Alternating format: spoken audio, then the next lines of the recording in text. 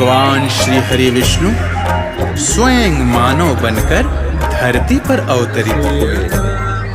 महाराज मनु और महारानी शतरूपा को दिया हुआ वरदान सत्य किया। वही महाराज मनु और महारानी शतरूपा अपने अगले जन्म में अयोध्या धाम के महाराजा दशरथ